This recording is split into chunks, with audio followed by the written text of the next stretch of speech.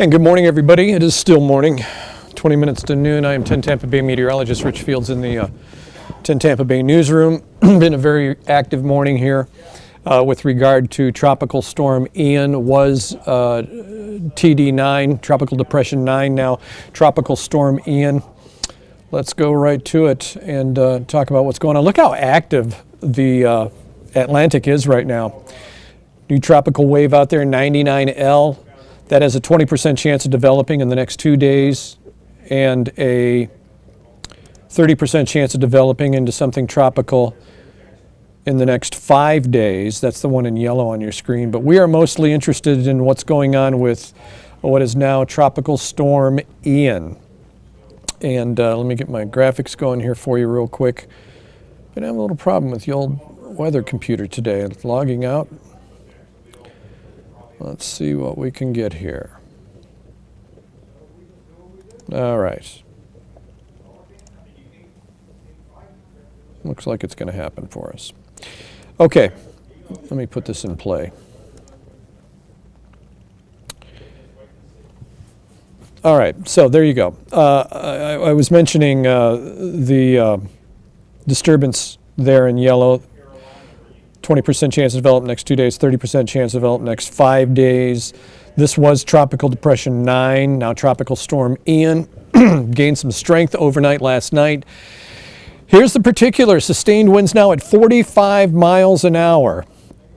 Remember, we don't hit hurricane status until the winds are 74 miles an hour.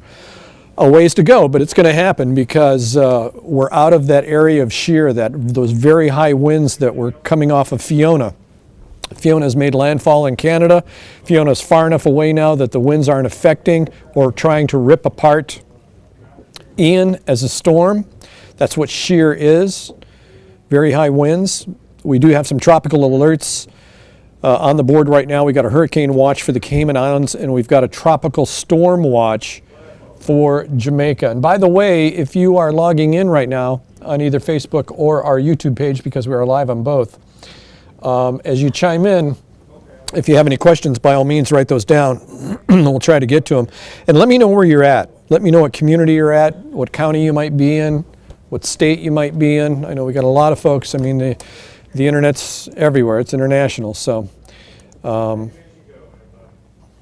we understand that. And if you got questions, we'll be happy to try to answer them for you. Here's the tropical track, or the cone of uncertainty for Ian. And it looks like it's going to become a Category 1, Category 2 by the time it hits this big pool of very warm water right here in the Western Caribbean. We'll go through that in a second, but by the time it gets up to the state of Florida, it appears it's going to be a Category 3 hurricane. These are the new numbers, by the way, from the Hurricane Center out of Miami. We just got an update at 11 o'clock. And it has pulled the tracks, or the projected tracks models of the GFS further out to the west. That's good news for Tampa Bay. But again, we're a few days out and anything could happen here. But by the time it gets to Florida, we could have winds of 120 miles an hour. And something about this cone to show you, this white edge you see around this area of probability or uncertainty, as some folks like to say, this could be the eye of the hurricane, that white line. So it's anywhere in there could be the eye of the hurricane as it hits. So the eye could be way over here with just some minor tropical storm winds for us in the Tampa Bay area. The eye could be further to the east, which would take, South Florida and East Florida into more jeopardy than it appears that we're going to be in right now. But as we go in a little closer, you can see we're looking at 120 mile an hour sustained winds out of what is now Tropical Storm Ian. By the time it starts traversing over land, it'll weaken a little bit down to a Category 2 hurricane, but nonetheless, it's still going to be a very, very powerful hurricane. Okay, ocean heat content. I keep talking about how we expect Ian to really pick up intensity. Maybe not speed, but certainly its propagation and growth are gonna happen here real fast as it starts to traverse over Why am I not seeing this particular graphic on the air? Let me go back to it. Hang on a second.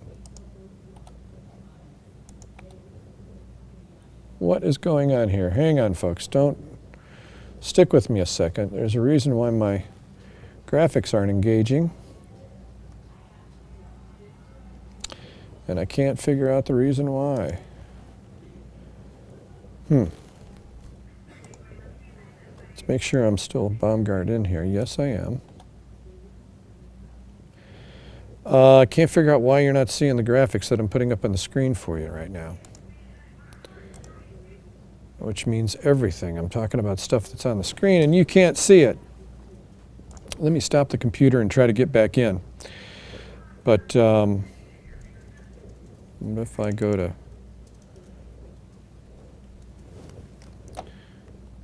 interesting. Not seeing the graphics change for you on your screen. They're changing on mine, but not on the feed going out to you guys, which doesn't help you, does it? Well, I'm just going to have to walk you through it and point out some stuff. I don't know why these graphics aren't showing up on your end. But we keep talking about the Caribbean and this area just south of Cuba being the place where we're going to see huge amounts of very warm water. And it's a deep well of water as well. Right in here. Is that even showing up on your screen? No. None of my cursor or anything is showing up for you guys. Interesting. Can't figure that one out. Let me try to log back into this computer. It'll only take a second. Oh, hang on. I might know what the answer is here. Hang on. Don't go anywhere. vMix 1. There we go. Now we should be rocking and rolling, everybody.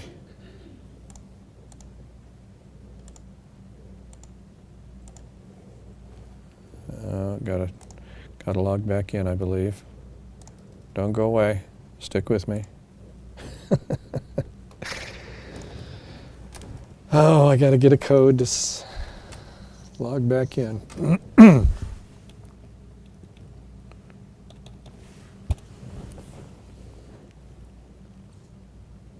However we see this storm panning out, it is certainly going to affect us here in the Tampa Bay area. Just how it's going to affect us is another story. The latest runs, as I was mentioning, has the GFS traversing further, the storm traversing further out to the west, out in the Gulf of Mexico. And there we go. Now I feel whole. Now I feel like we got it together. There's Ian right there. Let's go to a full shot for you so we don't mess around. Sustained winds 45 miles an hour, moving west at 35 miles an hour. Just south of Jamaica right now, about 300 miles southeast of Kingston, Jamaica. And as it starts to traverse through these areas with the tropical alerts, we got the Cayman Islands up right now for a hurricane watch. Jamaica has a tropical storm watch posted right now. And as it gets into this Western Caribbean, this area right in here, that's where that big pool of very warm water is. I mean, this thing is going to feed this storm, and that's where we're going to get the growth and propagation from. Look how quickly it almost skips over Category 1 as it heads through the Western Caribbean. Here we are right now, and boom, all of a sudden a Category 2 hurricane. Crazy. So by the time it gets to the edge of Cuba and starts to cross Cuba, it's going to be a Category 3 hurricane. Now, a lot of folks are on Facebook or tweeting me and Grant Gilmore and Bobby Deskins and the other meteorologists on staff here. Hey, well, it's going to cross Cuba. It's going to die out, right? No. Number one, that section of the island is very thin. I mean, it's not a big deal. These storms, it's almost like they can feel where the warmth is at, where the energy is at. And even though it might be traversing across land, it's like, oh my gosh, oh, there's warm water just over there. Let me get there. And so there's no high elevation on this western edge of Cuba. None. No blocking mechanism. No mountains or anything like that to disrupt or disturb the storm. So it's going to cruise right across Cuba like it's not even there as a Category 3. and re-enter the Gulf of Mexico as a Cat 3 and continue on up toward the state of Florida. And right now, with the latest runs, or the latest, the latest output from the Hurricane Center in Miami, where before it was a Cat 3 at this point on Wednesday morning, they still have it as a Category 3, but the wind speeds have been up tremendously from about 110 miles an hour to about 120 miles an hour. So regardless if the storm goes to our south, through the Naples area, God forbid, the Sarasota area, God forbid, nobody wants a storm to hit them, but it's horrible to wish it to go someplace else because now someone else has to deal with it. But regardless, either way, even if the storm goes straight up to the Panhandle, we're going to be on the wrong side of this particular storm, or any hurricane for that matter. It's the right front quadrant of the storm that's the worst part of the storm. The highest wind speeds, the highest storm surge, the highest number of tornadoes traversing around the hurricane. It's that right front quadrant you want to stay away from. So let's talk about the heat content. Grant Gilmore made this map, this graphic for us early this morning, 6 o'clock this morning, before we went on the air at 7. That is that big pool of very warm water I was talking about in the Western Caribbean. Deep well of warm water, not just surface warmth like much of the Gulf of Mexico. Gulf of Mexico is very shallow anyway, but this is very deep ocean right there, and the water goes down very deep. So the storm is going to feed off this. This is going to be like a lunchtime. It's going to be like dinner for this storm, and it's really going to pick up with intensity as it traverses across this deep well of warm water in the Western Caribbean.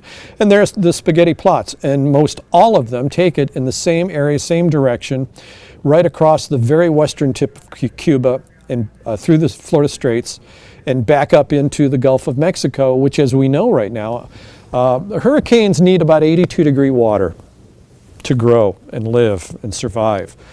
The Gulf right now, I believe, is 89 degrees.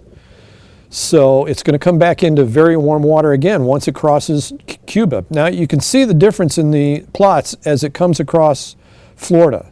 Some take it, like the Europeans, some take it across Cuba, south of Tampa Bay, over Tampa Bay. Some of the plots take it up through, almost straight up through the Gulf of Mexico into the Panhandle of the state of Florida.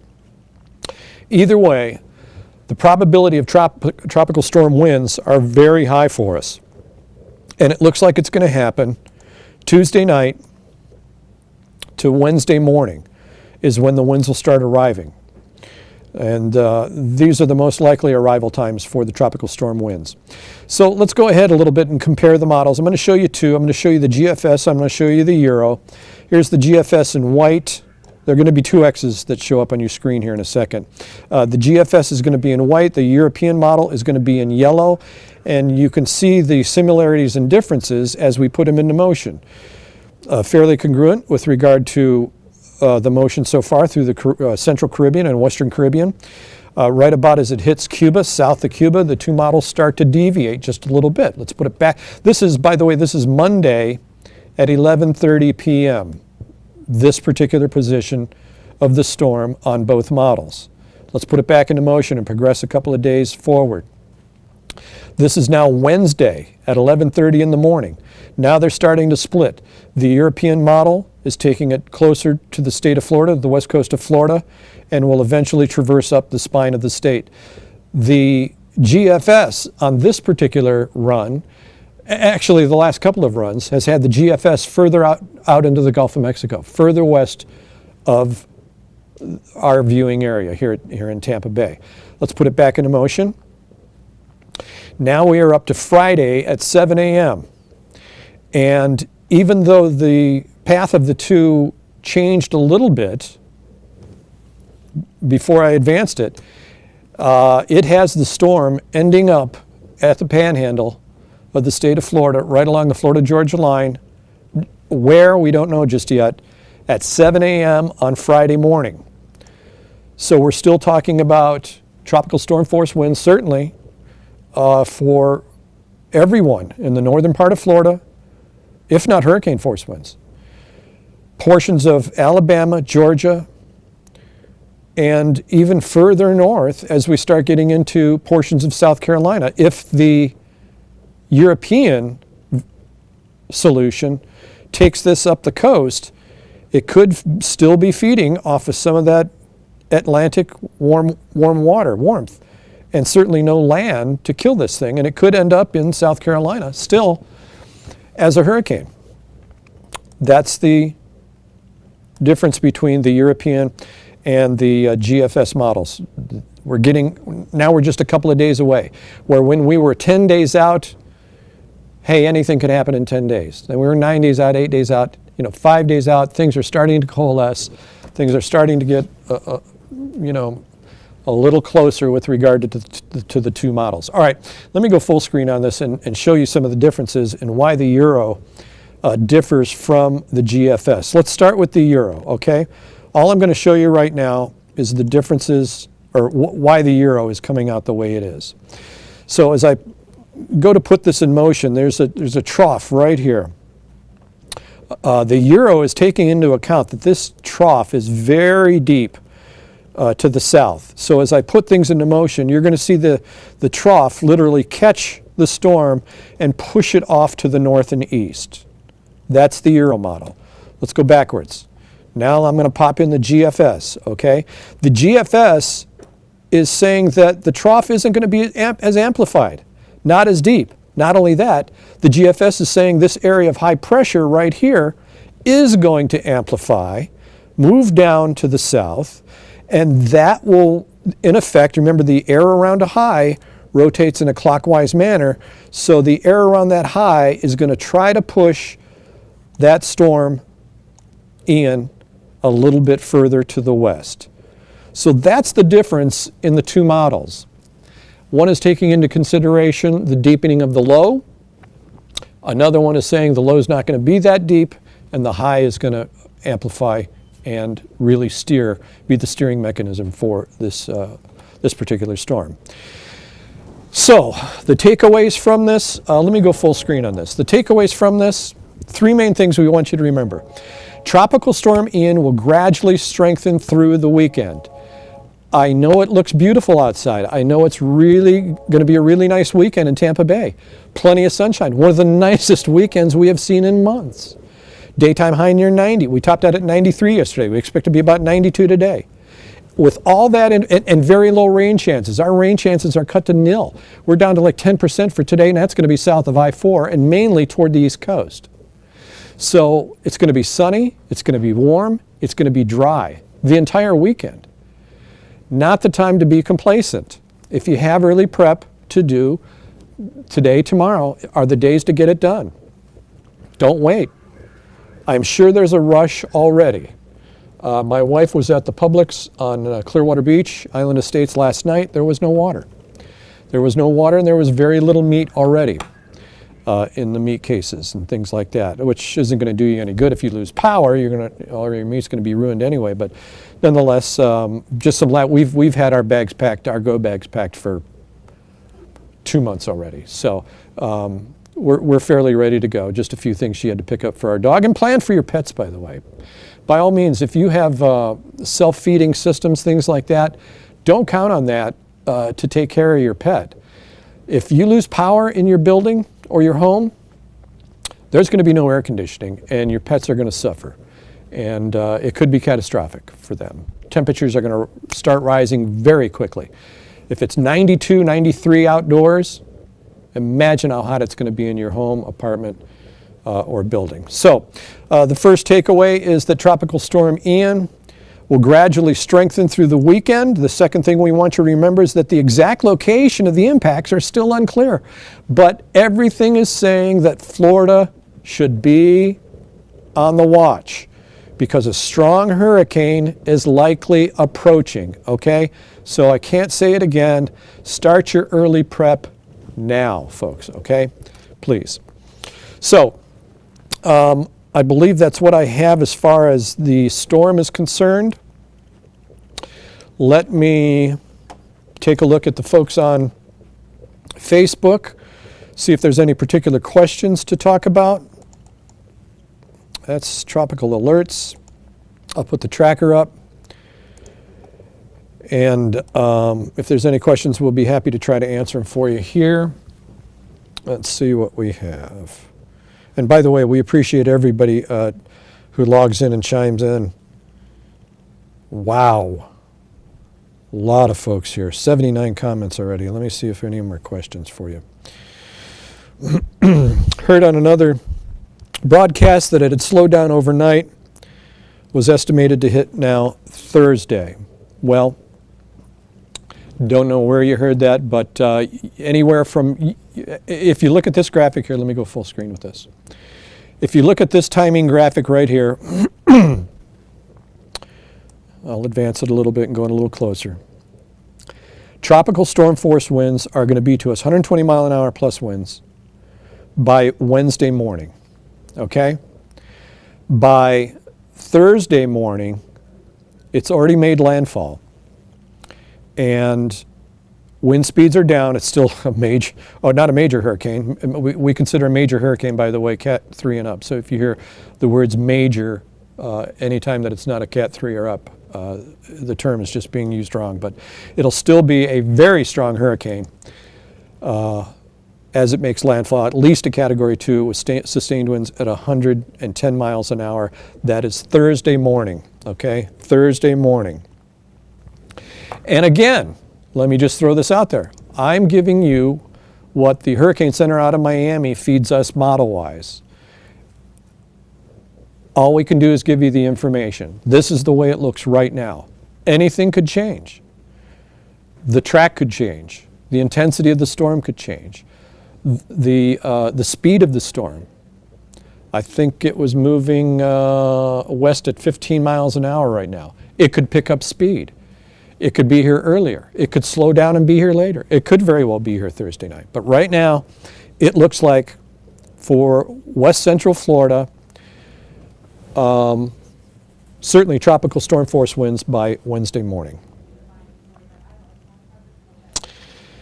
Irma, somebody asked about Irma. And it took a very similar track. And then at the last minute, turned and spared the Tampa Bay area and continued up the center of the state. And I don't have Irma on this particular computer right now. Rich Fields, Jessica Ward is asking, when it turns into a hurricane, will it still be called Ian? Yes. Once it goes from tropical depression, or excuse me, once it goes from tropical depression to storm, that's when it gets named. And so it keeps its name until it's a dead storm. So right now it's Ian. And if you're wondering what happened to Hermine, a storm close to Africa, formed very quickly into a tropical storm and got the name Hermine. That's why we're on I now, Ian. Oh, so many people watching. Let's see. Planning a trip to North Carolina on the 4th of October. Will this impact my trip? 4th of October? Probably not. Let's see. I heard someplace that it could be as strong as a Cat 3, maybe a 4. Yes, again, there's our graphic right there. Certainly a Cat 3 offshore. The Hurricane Center out of Miami with the latest runs now have it at a Category 2 if it takes the center of this particular cone of probability and hitting somewhere up in the Nature Coast area. That's some of the consensus right now. But it could grow. It could weaken. It's all up in the air right now, folks. Let me go back to two-shot here. What will happen if this thing crosses Florida and goes back to the Atlantic? Will the land slow it down, or won't it affect it at all as it hits the Atlantic water? The land will weaken the storm. Absolutely will weaken the storm. How much it will weaken the storm just depends on how ferocious this thing is as it hits west central Florida, or any part of Florida. It could traverse straight up the Gulf of Mexico and hit the Panhandle as a Cat 3. But if it takes the turn, if it takes the easterly turn that the Euro is suggesting, and comes across the state of Florida, it could certainly still be a category 1 or 2 by the time it hits the east coast of Florida and goes back into the Atlantic Ocean. And remember, we still have the warm Gulf Stream waters traversing up the east coast of the Atlantic Ocean. So she's going to, Ian, it's hard to think about storms as he's, but because we always, ships, and storms, they're always she's, but Ian, because I guess sounds like a male name, the storm Ian will, it just depends. Again, when it hits that warm Gulf Stream, it's certainly going to pick up more energy and probably traverse up the eastern seaboard. All to be seen. We're a few days out. We're just trying to let you know what the possibilities are and to make you aware that now's the time, if you haven't already, to make some preparations for your kids, for your pets, elderly neighbors nearby, grandparents that you may have in the area. Now's the time. Non-perishable food items, stuff you can easily open and easily heat up, stuff you don't have to heat up. You may not have electricity, you may not have power. Okay, I'm looking for other questions. A lot of folks chiming in with a lot of stuff, but I'm looking for questions in particular. Will they close the stores? I work at Walmart. Are you hoping for a closure? Because so you don't have to go to work? If they start evacuating, yes. Same with schools. And remember, even though it may take a day, once they start evacuating, even though it may take a day or two to traverse through the area, depending on the damage or devastation, schools could be closed for a couple of days. If there's no power, schools will be closed for a couple of days. Businesses will be closed for a couple of days. ATMs will not work. You need cash. Everybody should have cash on hand now. Credit cards won't work. You'll need cash. So cash is, if somebody asks me, what's the number one thing, Rich, on your list, in your go bag? Cash. Make sure you have cash. And I learned that in California with hurricanes, earthquakes. We didn't have hurricane go bags, we had earthquake go bags. And earthquakes happen out there all day, every day, but when you get a 7 or above, it can be pretty damaging, and the infrastructure isn't that great. It's so old. It's old everywhere in the U.S. And if power goes out, hey, guess what? Businesses are closed. Bank ATMs do not work. Your credit card at the gas station will not work, even if the gas station is open with no power, which is very unlikely. So cash and non-perishable food items. That's my best advice. Prescriptions and medications. Yes, somebody else chimed in. Exactly. Make sure you have enough for a few days. I mean, we try to say 3 days, a day for the storm to pass and maybe 2 days after that. But I'll tell you what, power can be a crazy thing. They work as hard as they can to keep those things up and running and to get them fixed as quickly as they can. But as you will know from years past, it can take days. I don't think they let us back into our house on the beach after Irma for 3 days. That was after she was done and gone. Let's see. Any other questions? When will the state start closing and evacuating? Jessica Ward. That's totally up to the city fathers and mothers. That's totally up to the governor and his team. And that's all on advice from the National Hurricane Center and the folks out of the National Weather Service. Hello. So many people saying hi. Wish I could spend some time talking to you. I'm just looking for questions right now. Sherry Griffith Kudla, thanks for coming on and keeping us updated. Hey, that's something you can count on. We want to keep you informed, protected, and connected. That's our main goal here at 10 Tampa Bay. So every time there's a update from the National Weather Service, we are going to be on the air with you very soon after it giving you all the latest information on what's going on and what you can expect and what the latest runs are. I'm looking for the update times. We'll get another update at 2. Let's see, that's my big, let me go to this SBAM first look here and see if it's there. There it is, okay. Here are, you can take a picture of this with your phone. This is very useful to have. Let me go full screen on this. This is the advisory schedule from the Hurricane Center out of Miami. And you can see that they mirror AM and PM. So 2 a.m., 5 a.m., 8 a.m., 11 a.m.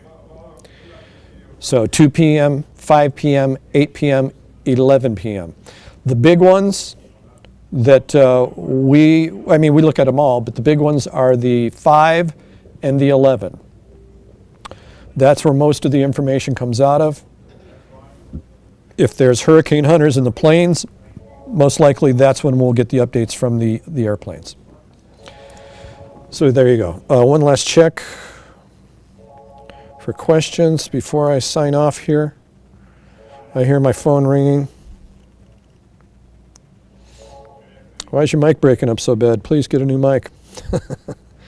Didn't know it was because I don't hear what you guys are hearing. I don't hear anyone else saying that though. Somebody else chime in. Is the mic having problems? You know, it could be a battery issue. I've had the same mic on since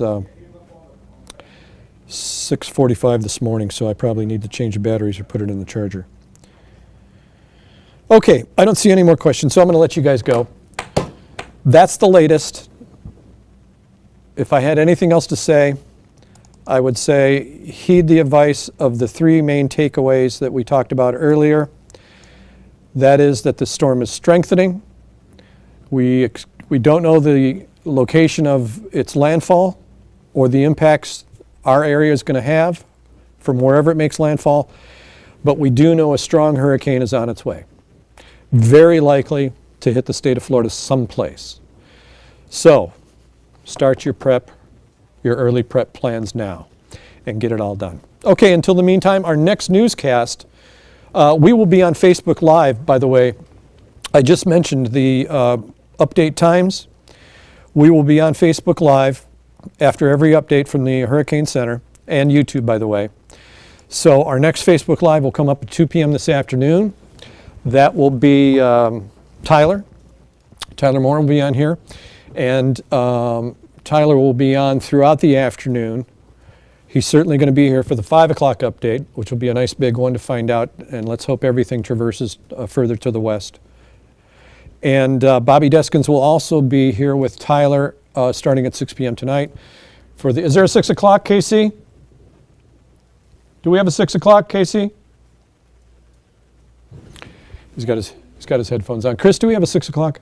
I don't believe so, no. Okay, maybe no 6 o'clock. But certainly, if we need to break in for any reason, no matter what's on CBS, we will do it. No emergency just yet, so that's doubtful, but certainly 11 o'clock tonight, you can get everything you need to know, if not right here on Facebook. Until then, we thank you so much for your time, and we will see you on TV.